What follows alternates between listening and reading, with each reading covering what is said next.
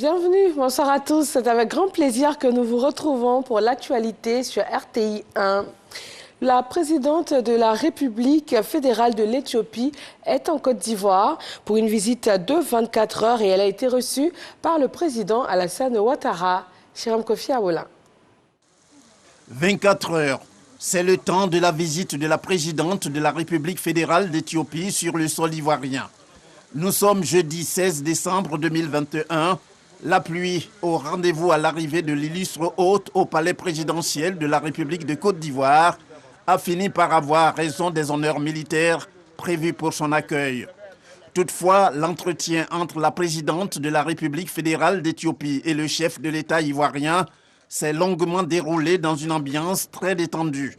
Lequel entretien a permis à Mme Saleh Zouide de faire le point de la situation qui prévaut en ce moment en Éthiopie au président ivoirien Alassane Ouattara pour ses conseils pouvant contribuer à éviter le chaos à Addis Abeba. Je suis venue principalement pour briefer mon frère et Monsieur le Président sur la situation qui prévaut dans mon pays, en fait dans la sous-région. L'Éthiopie, comme vous le savez, a été à la une de beaucoup de médias, mais la réalité est tout autre que ce que nous voyons dans les journaux ou dans les médias internationaux. Donc j'étais venue pour lui rendre compte de la réalité sur le terrain et de voir ensemble, puisque ce genre de vicissitude de l'histoire, la Côte d'Ivoire l'a connu aussi.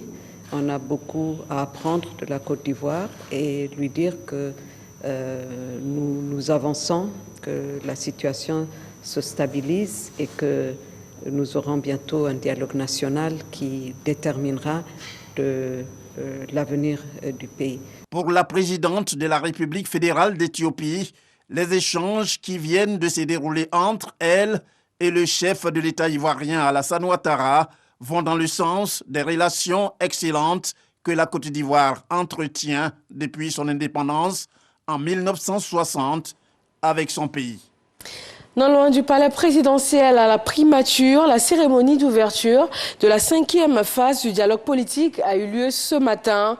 Membres du gouvernement et partis de l'opposition ont été réunis pour le début donc de cette 5e phase du dialogue politique.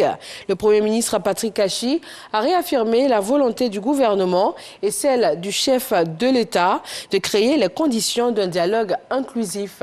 Herman Guivet. Reprise ce jeudi matin de la 5e phase du dialogue politique à la primature en présence du chef du gouvernement, Patrick Achi. Les représentants des partis politiques de l'opposition comme ceux du pouvoir assis à la même table, la dernière fois qu'ils s'étaient retrouvés dans ce cadre, c'était il y a presque un an, le 29 décembre 2020. Moment fort de cette rencontre, 7 minutes de silence observées en la mémoire des ex-premiers ministres Amadou Gon Coulibaly, Ahmed Bakayoko et ex-ministres Sidiki Diakité et Kabran Apia, grands acteurs de ces échanges politiques qui ont incontestablement permis des avancées notables. Se félicitant des acquis obtenus, le Premier ministre Patrick Achi n'a pas manqué de planter le cadre de ces échanges en appelant chacun des acteurs politiques à privilégier l'intérêt de la Côte d'Ivoire. Mesdames et messieurs, conformément aux engagements du chef de l'État, son Excellence M. Alassane Ouattara, et sur ses instructions, je vous ai conviés pour vous annoncer officiellement le lancement d'une nouvelle phase de notre dialogue politique national, dont les échanges à venir seront, j'en suis sûr, francs, respectueux de nos différences et porteurs d'une même ambition de concorde et de rassemblement pour la Côte d'Ivoire et les Ivoiriens. C'est dans cet esprit que s'inscrit cette cérémonie. Ainsi, au terme de la présente séance d'ouverture, Monsieur le ministre de l'Intérieur conduira les échanges avec vous en fonction de termes de référence qui seront définis. Ces termes de référence devront tenir compte de l'évolution de notre pays.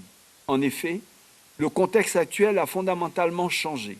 Les temps de crise sont passés, les Ivoiriens regardent vers l'avenir et le développement. Et le cadre de nos échanges doit s'inscrire dans cette nouvelle réalité nationale et cette nouvelle dynamique positive pour la Côte d'Ivoire et pour les Ivoiriens. Et se tient à dessein en dehors de tout calendrier électoral, va donc naturellement se dérouler dans un climat social apaisé. C'est une chance que nous devons saisir. Par-delà les différences de vue légitimes qui font la nature même de la richesse d'une démocratie, afin de construire ensemble l'avenir que nous souhaitons pour cette nation que nous portons, je le sais, toutes et tous si haut dans notre cœur. Remerciant le chef de l'État, Alassane Ouattara, pour ce cadre d'échange politique à nouveau ouvert, les représentants des partis politiques de l'opposition ont à tour de rôle donné leur point de vue pour ce qui relève de la tenue de cette 5e phase du dialogue politique. L'ouverture des débats se fera le 21 décembre 2021 à la primature. Dans l'actualité sur le continent, il est poursuivi dans l'affaire RIBK. L'ancien Premier ministre malien, Soumaïlo Boubèye Maïga, derrière les barreaux depuis le mois d'août dernier, a été transféré hier mercredi dans une clinique de Bamako. Il est hospitalisé depuis lors, mais selon ses proches, son état de santé n'est pas très grave. Il ne faut donc pas s'inquiéter. Les avocats de l'homme de 67 ans dénoncent sa détention dans une cellule surpeuplée et dans des conditions d'hygiène sommaires. Une nouvelle requête auprès de la Cour suprême a été déposée. Son médecin traitant avait jugé nécessaire le placement de l'ancien ministre dans un centre hospitalier sous surveillance médicale.